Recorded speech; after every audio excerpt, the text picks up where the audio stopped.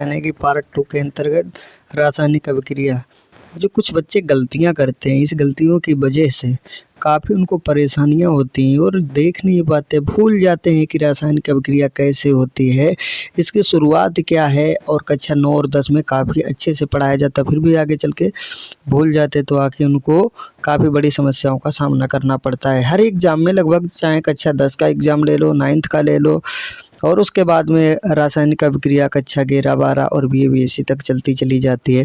तो आइए इस रासायनिक अभिक्रिया को देखते हैं, ये होती कैसे है, संपन्न कैसे कराई जाती है, कुछ वैज्ञानिकों की थ्योरी क्या है, क्या बतलाते हैं इनके सारे नियम। तो रासायनिक अभिक्रिया की जो सरणी है वो क्या कहती है, आइए उसके ऊपर भी फोकस कर लेते हैं। रासायनिक अभिक्रिया, दो या दो से अधिक पदार्थ मिलकर एक या एक से अधिक नए गुणधर्म वाले पदार्थ का निर्माण करते हैं। जैसे दो या दो से अधिक पदार्थ मिलकर एक या एक से ज़्यादा भी नए गुणधर्म वाले पदार्थों का निर्माण करते हैं, उसके अंतर्गत ऐसे ही कुछ रासायनिक अभिक्रिया होती है। उदाहरण के लिए देखते हैं, जैसे कि हाइड्रोजन और ऑक्सीजन मिलकर पानी का निर्माण कर देते हैं, ये इसका उदाहरण हो जाता है। आइए देखते हैं, किसी भी रासायनिक अभिक्रिया को भौतिक विधियों से उलट नहीं किया जा सकता। कैसे नहीं उलट किया जा सकता, आइए इसको आगे देखते हैं। रासायनिक अभिक्रिया में शामिल कौन कौन सी चीज़ें शामिल होती हैं। तो रासायनिक अभिक्रिया के अंतर हम जानते हैं कि अवस्था में परिवर्तन ये शामिल होता है। अवस्था में परिवर्तन होता है वो वाष्पीकरण के कारण होता है। कैसे होता है, हम लोग जानते हैं कि जो H2O है तो ये मिलकर क्या बन जाता है, हाइड्रोजन एक गैस है, ऑक्सीजन भी गैस है, दोनों मिलकर H2O पानी का निर्माण कर लेते हैं। जब ये पानी बना लेते हैं, ऐसी प्रक्रिया जो होती है वाष्पीकरण कहलाती है। रंग में परिवर्तन ऊर्ध्वाधन के द्वारा होता है, ताप में परिवर्तन आवासन के द्वारा या आसवन के द्वारा होता है, गैस का उत्सर्जन अपकेंद्रीकरण के द्वारा होता है। तो इस प्रकार से हमने इसके बारे में भी जान लिया है। आइए चलते हैं आगे देखते हैं। ये हमारे दैनिक जीवन में होने वाली रासायनिक अभिक्रियाओं, मतलब दैनिक जीवन में रासायनिक अभिक्रिया किस प्रकार से होती है और कैसे हम लोग देख सकते हैं। जैसे भोजन का पचना, श्वसन, लोहे पर जंग लगना, दही का बनना, ये सब हमारे दैनिक जीवन में जो रासायनिक अभिक्रियाएं होती हैं वो दिखाई देती हैं। चलिए देखते हैं रासायनिक अभिक्रिया का समीकरण क्या होता है, इसका समीकरण कैसे तैयार किया जाता है। रासायनिक अभिक्रिया को रासायनिक समीकरण द्वारा निरूपित किया जाता है। रासायनिक समीकरण के अभिकारकों और उत्पादों में पदार्थ के सूत्रों का प्रयोग किया जाता है। गुणों के सूत्रों के साथ उनकी भौतिक अवस्था को भी दर्शाया जाता है। कैसे दर्शाया जाता है, आइए देखते हैं। जैसे मैग्नीशियम रिबन का वायु में दहन कर मैग्नीशियम ऑक्साइड बनाना।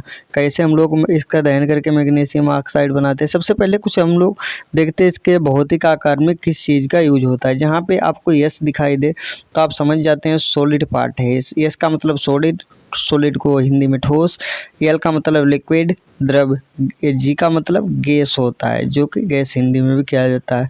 एक्यूएस का जलीय द्रव कहा जाता है। तो आइए देखते हैं इस अभिक्रिया के बारे में। जैसे कि मैग्नीशियम रिबन का वायु में दहन कर मैग्नीशियम ऑक्साइड बनाती है, तो किस प्रकार से बनाती है। ये रही आपके पास मैग्नीशियम, जो यहाँ पे मैग्नीशियम दे रखी है, मैग्नीशियम जमा ऑक्सीजन, ये आपस में अभिक्रिया करके क्या बनाते हैं, मैग्नीशियम ऑक्साइड बनाते हैं। और आप देख ही रहे हैं कि यहाँ पे जो Mg और O2 है, जो MgO बनाते हैं, इनमें जो यहाँ पे बराबर होता है ना, इनमें इनकी संख्या बराबर नहीं होती है। तो ये संतुलित जहाँ पे इनकी संख्या, जैसे CO हाई ऑक्सीजन की संख्या 2 है, लेकिन बाद में देखोगे तो एक ही रह जाती है, तो यहाँ पे ये चीज़ बराबर नहीं है। तो इस चीज़ को कंकाली समीकरण कहते हैं। देखते हैं आगे क्या होता है, अभिकारक क्या होता है और उत्पाद क्या होता है, इसके बारे में भी हम लोग जानते हैं। ऐसे पदार्थ जो किसी रासायनिक अभिक्रिया में भाग लेते हैं, जो इस तीर के आगे वाला पोर्शन होता है, जो तीर लगा होता है, इस तीर के आगे वाला पोर्शन होता है, इसको अभिकारक बोलते हैं। अब उत्पाद क्या होता है, उत्पाद के बारे में भी हम लोग जान लेते हैं। उत्पाद ऐसे पदार्थ जिनका निर्माण रासायनिक अभिक्रिया में होता है, जो एरो के बाद आते हैं उनको उत्पाद कहा जाता है। कैसे, आइए देखते हैं। जैसे कि यहाँ पे 2H2O एरो 2H2O लिखा है जो कि पानी बन रहा है, तो यहाँ पे जो इस आगे वाला पार्ट है ये क्या है, इसे हम लोग अभिकारक बोलेंगे और इधर वाले पार्ट को उत्पाद बोलेंगे, उत्पाद बोलेंगे। ठीक है, तो चलिए आगे देखते हैं। आगे देखते हैं Mg। यहाँ पे जो ये अभिक्रिया दे रखी है ये संतुलित है या नहीं है, हम लोग इसको एक बार फरफरी नज़र से देख लेते हैं। तो आइए हम लोग यहाँ पे एक तालिका के माध्यम से इसको जानेंगे। यहाँ पे हम लोग क्या करते हैं, यहाँ पे बनाते हैं तत्व, उसके बाद में अभिकारक, उसके बाद में उत्पाद। तत्व, अभिकारक और उत्पाद। तो देखते हैं यहाँ पे तत्व कौन कौन से हैं। यहाँ पे तत्व है Mg है, उसके बाद में ऑक्सीजन है। Mg है और उसके बाद में ऑक्सीजन है। तो Mg और ऑक्सीजन। यहाँ पे अभिकारक में Mg के 2 पार्ट हैं, 2 पार्ट, ऑक्सीजन के भी 2 पार्ट हैं। जो मैग्नीशियम है वो ठोस अवस्था में और ऑक्सीजन गैस अवस्था में, इसलिए G और S का निशान लगा हुआ है। और उसके साथ ही साथ हम लोग देख लेते हैं यहाँ पे इसके 2 अभिकारक हो गए, यहाँ भी 2, यहाँ भी इसके 2 हो गए और उत्पाद में भी 2 हो गए। ठीक है, और यहाँ पे जो आगे से गुणा करी जाती है तो सब में गुणा हो जाती है, तो इसका मतलब यहाँ भी 2। तो ये अभिक्रिया जो हो गई हमारी संतुलित अभिक्रिया हो गई। देखते हैं अगली अभिक्रिया को संतुलित हम लोग करके देखते हैं किस प्रकार से करेंगे। रासायनिक समीकरण को संतुलित करना, जैसे Fe जो कि लोहा होता है, H2O गैस होती है, Fe3O4 H2, इसको हम लोग देखते हैं जो पूरी संख्या है या नहीं है। जो हमने देखा कि यहाँ पे जो अभिकारक में लोहे की संख्या है वो 1 है। ठीक है, तो अभिकारक में लोहे की संख्या कितनी हो गई, 1 हो गई। और गैस की संख्या H कितने, हाइड्रोजन की संख्या 2 हो गई और इसके साथ साथ ऑक्सीजन की संख्या 1 हो गई। तो इसी प्रकार से हम लोग उत्पाद में देखते हैं, यहाँ पे लोहे की संख्या जो Fe की संख्या हो गई 3 और उसी के साथ साथ ऑक्सीजन की संख्या हो गई 4 और H की संख्या हो गई 2। तो हमने क्या देखा, हमने यहाँ से देखा है कि जो यहाँ पे अभिकारक और उत्पाद यहाँ पे भी बराबर नहीं है और यहाँ पे बराबर है और यहाँ भी बराबर नहीं है। तो Fe को हम लोगों को क्या करना है, बराबर करना है। तो बराबर करने के लिए क्या करेंगे, तो यहाँ हम लोग 3 से गुणा कर देंगे, तो यहाँ भी 3 यहाँ भी 3 हो जाएगी। तो 3 से गुणा करेंगे तो आगे 3 आ जाएगा। ठीक है, तो हमारी ऑक्सीजन की संख्या यहाँ पे बराबर है। एक चीज़ और ध्यान रखिएगा, जो हम लोग क्या करते हैं इस ब्रैकेट के अंदर इसे हम लोग बंद कर देते हैं। और ब्रैकेट के अंदर बंद करने का मतलब क्या होता है, इसके अंदर जो होता है कोई भी चेंजिंग हम लोग नहीं कर सकते। ब्रैकेट के अंदर हम लोग कुछ भी चेंज नहीं कर सकते हैं। तो क्या करते हैं, इसके लिए हमने एक जुगाड़ बना रखा है। तो यहाँ पे बराबर नहीं है तो क्या करेंगे, यहाँ पे 3 से मल्टीप्लाई कर देंगे। तो 3 से कैसे गुणा करेंगे, गुणे 3। तो यहाँ पे जब 3 से गुणा किया तो अभिकारक में 3 से गुणा यहाँ पे हो जाएगा। ठीक है, तो उसके बाद में क्या हुआ, हमारा हाइड्रोजन तो बराबर है लेकिन ऑक्सीजन बराबर नहीं है, तो यहाँ भी ऑक्सीजन में 4 से गुणा करेंगे। तो एक ऑक्सीजन में 4 से गुणा करेंगे अभिकारक में। ठीक है, तो यहाँ क्या है, तो यहाँ पे अभिकारक में 4 से गुणा करेंगे तो यहाँ पे आगे 4 से गुणा, इसके अंदर कुछ नहीं कर सकते, बाहर 4 से गुणा करेंगे।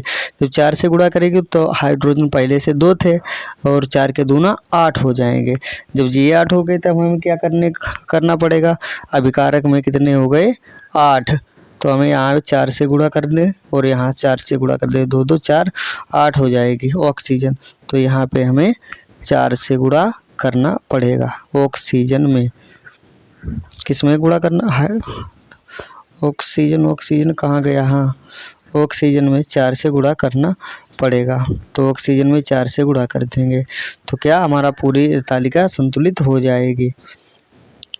तो हमारी किस तरीके से नई तरीके से तालिका बनाएंगे, वो किस तरीके से बनेगी।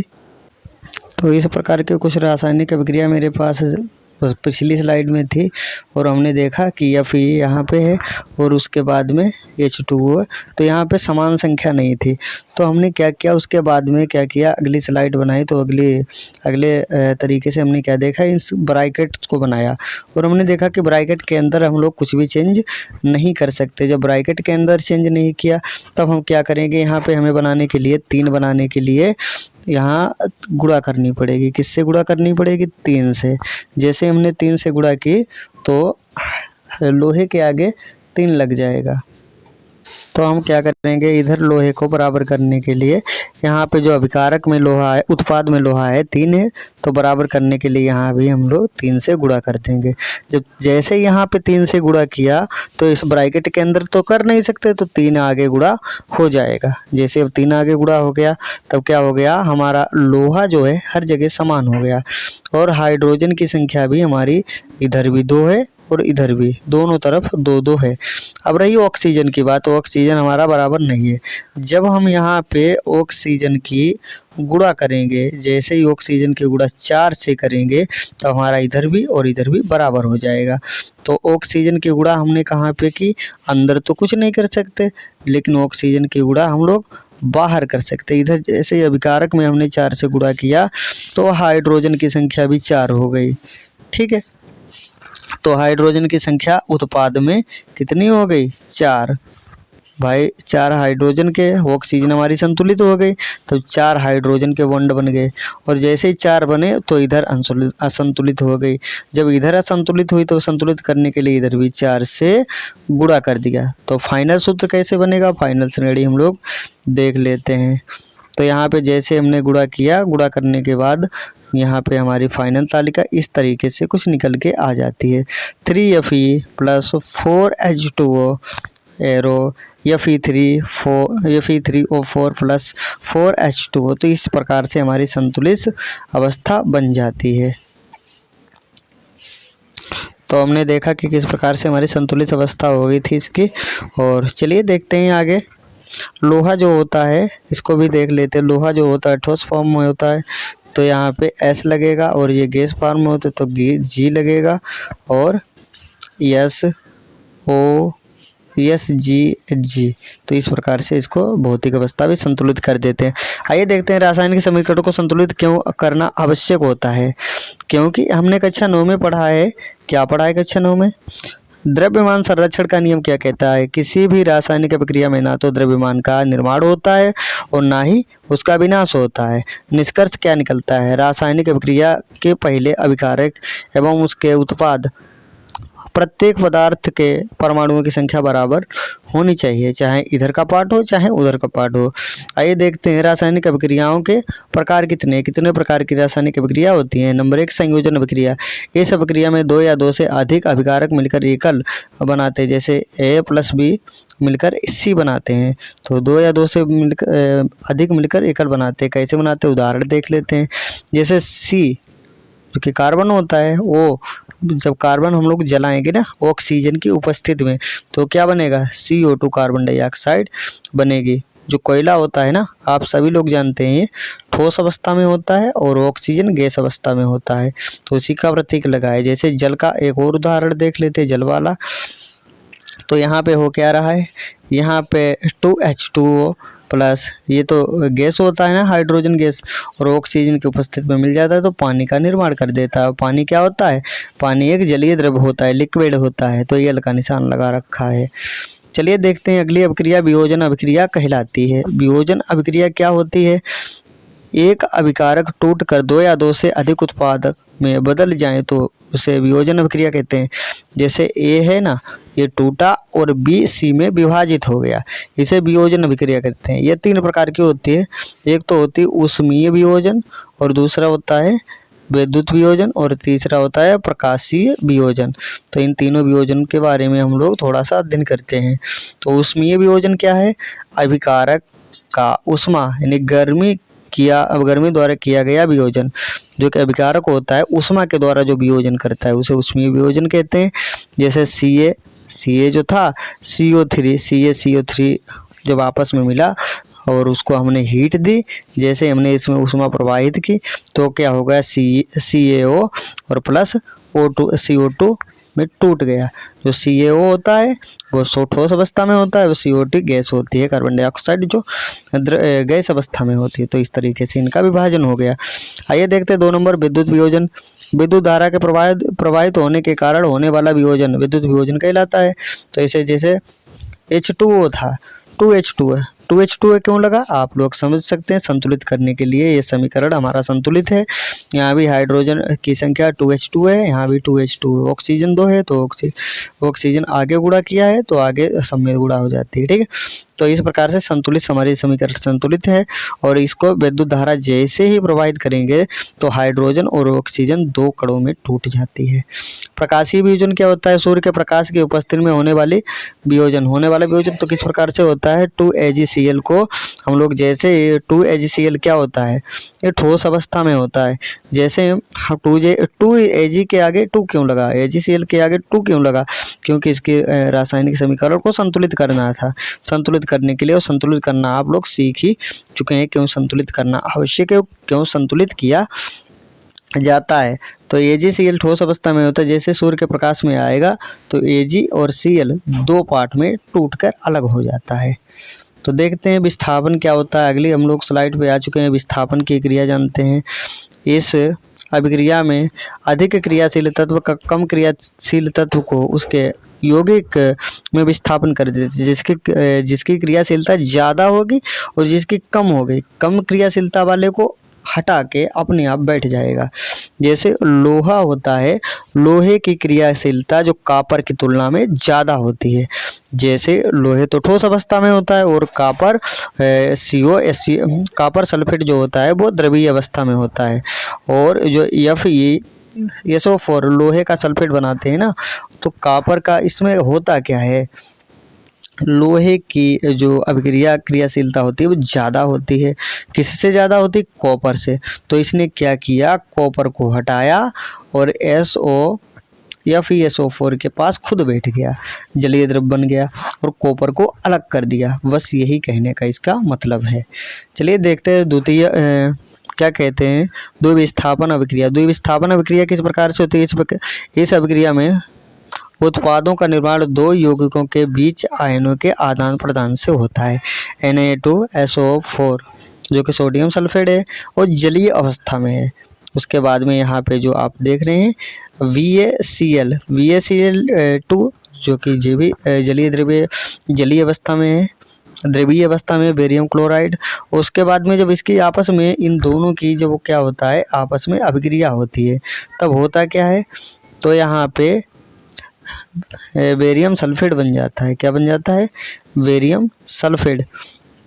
और बेरियम सल्फेट बनने के बाद यहाँ पे अलग किसे कर देता है, जिसकी कम क्रियाशीलता होती है NaCl को अलग कर देता है।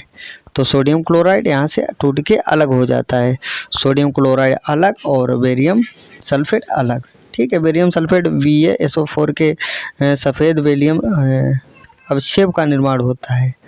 तो उपचयन और अपचयन किस प्रकार से आता है, अपचयन और उपचयन क्या होता है, उपचयन क्या होता है, पदार्थ में ऑक्सीजन की वृद्धि या हाइड्रोजन की कमी। तो यहाँ पे जो है Ca में ऑक्सीजन जुड़ रहा है, तो यहाँ पे कौन सी क्रिया हो गई, उपचयन, ठीक है। और अपचयन देख लेते हैं, पदार्थ में हाइड्रोजन की वृद्धि और ऑक्सीजन की कमी। जहाँ पे ऑक्सीजन की कमी, हाइड्रोजन जुड़ता हो, वहाँ पे कौन सी विक्रिया होती है, तो वहाँ पे अपचयन विक्रिया होती है। तो ऑक्सीजन की कैसे कमी हो रही है भाई, जो Cu है कॉपर में से CuO, यहाँ पे Cu है, कॉपर में ऑक्सीजन जुड़ा है, तो इसमें से क्या हो गया, कॉपर में से ऑक्सीजन अलग हो गया। और जैसे ही ऑक्सीजन अलग हुआ तो यहाँ पे लिखा है अपचयन ह्रास, तो कौन सी अभिक्रिया हो गई, अपचयन हो गई, अपचयन अभिक्रिया यहाँ पे बन गई। और अब उपचयन अभिक्रिया क्या होती है, हाइड्रोजन का ह्रास, हाइड्रोजन का निकल जाना। तो क्या होता है, तो हम यहाँ से यहाँ तक देखते हैं, यहाँ से हाइड्रोजन निकला और ऑक्सीजन जुड़ गया, और ऑक्सीजन का जुड़ना ही उपचयन कहलाता है। तो ये उपचयन अभिक्रिया होगी। जो दोनों अभिक्रियाएं एक साथ होती हैं तो उसे रेडॉक्स अभिक्रिया कहते हैं, रेडॉक्स, रेडॉक्स अभिक्रिया कहते हैं। तो इस प्रकार से हमारी रेडॉक्स अभिक्रिया भी संपन्न हो जाती है।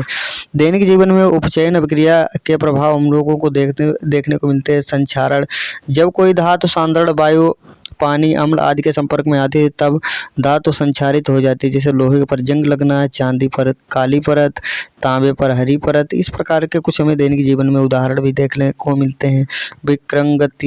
विक्रंदिता, वसा युक्त और तेलीय पदार्थ समांगी वायु के संपर्क में आने पर उपचयित हो जाते हैं, जिससे उनके स्वाद और रंग में परिवर्तन हो जाता है। तो आगे देखते हैं हम लोग रासायनिक अभिक्रिया के प्रकार और तापमान के आधार पर किस प्रकार से होती है। एक होती है ऊष्माक्षेपी अभिक्रिया, जिन अभिक्रियाओं में उत्पाद के निर्माण के साथ साथ ऊष्मा का भी उत्सर्जन होता है, प्राकृतिक गैस का दहन होता है। जैसे CH4 जो होता है वो प्राकृतिक गैस होता है, मीथेन कहा जाता है। ये गैस अवस्था में होती है। ऑक्सीजन भी गैस अवस्था में होती है। जब आपस में इनको जलाया जाता है, जलाने के लिए ऑक्सीजन जरूरी होती है, इसलिए ऑक्सीजन लगी है। जलाने के लिए ऑक्सीजन जरूरी होती है। जब जलाया जाता है तब क्या होता है, CO2 कार्बन डाइऑक्साइड गैस निकलती है। उसके बाद में H2O पानी अलग हो जाता है, कार्बन डाइऑक्साइड गैस अलग, पानी अलग, ऊष्मा के रूप में। आइए ऊष्माशोषी अभिक्रिया देख लेते हैं। जिन अभिक्रियाओं में अभिकारकों को तोड़ने के लिए ऊष्मा, प्रकाश या विद्युत उत्सर्जन की आवश्यकता होती है, उसे ऊष्माशोषी अभिक्रिया कहते हैं। आशा है कि आपको ये वीडियो पसंद आया होगा, तो इसे लाइक शेयर सब्सक्राइब जरूर करें और मिलते हैं ऐसे बेहतरीन वीडियो और बेहतरीन कंसेप्ट के साथ अगली क्लास में। तब तक के लिए bye bye, take care, love you सभी को।